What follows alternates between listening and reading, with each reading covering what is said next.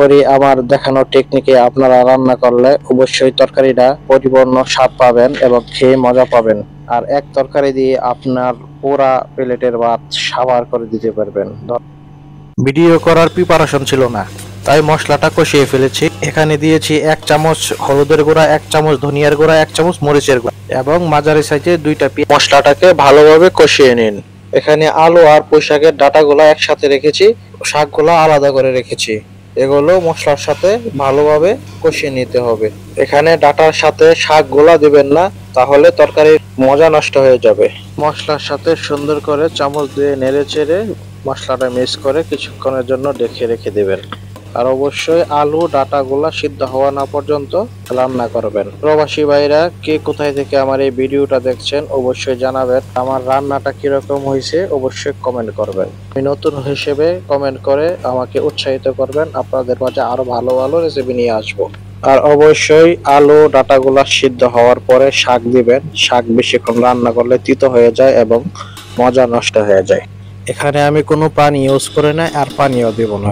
অবশ্যই খেয়াল রাখবেন মশলাটা নিচে লেগে না যায়, পড়ে না যায়। আর আমি এখানে মাছগুলা আগে থেকে ভেজে রেখেছি আর এই শাকগুলা আমি ভালো করে ধুয়ে আলাদা করে রেখেছি। আর আমি 5 মিনিট কুকিং করার পর দেখেন আমার আলু ডাঁটা ভালোভাবে সিদ্ধ হয়ে গিয়েছে। আর এখন আমি দিয়ে দিব এখানে আগে থেকে ধুয়ে রাখা শাকগুলো যা আলাদা করে রেখেছিলাম। তো অর্ধেক শাক দিয়ে তা ভালোভাবে মশলার সাথে মিক্স করে নেবেন। আর এই অর্ধেক মিক্স করার পর বাকি অর্ধেক দিয়ে আবার ভালোভাবে মশলার সাথে মিক্স করে ঢাকনা দিয়ে ঢেকে দিবেন। আর অবশ্যই একটা জিনিস খেয়াল করবেন, এখানে কোনোই পানি ইউজ করবেন না। যেহেতু আমরা শাক রান্না করতেছি, শাক থেকে প্রচুর পরিমাণ পানি ওঠে। শাকটা কষানো হওয়ার পর তারপর আপনার প্রয়োজন মতো পানি ইউজ করবেন।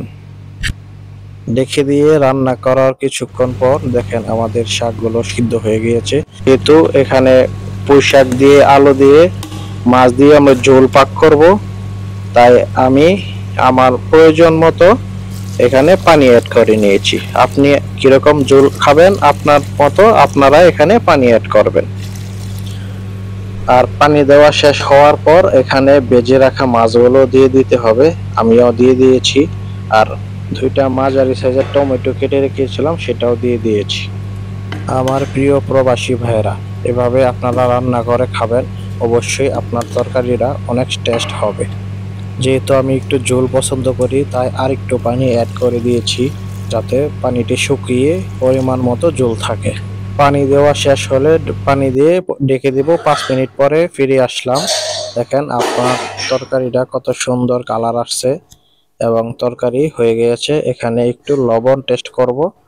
লবণ টেস্ট করে দেখবেন লবণ হয়েছে কিনা, তারপর আপনারা তরকারিটা উঠিয়ে নেবেন।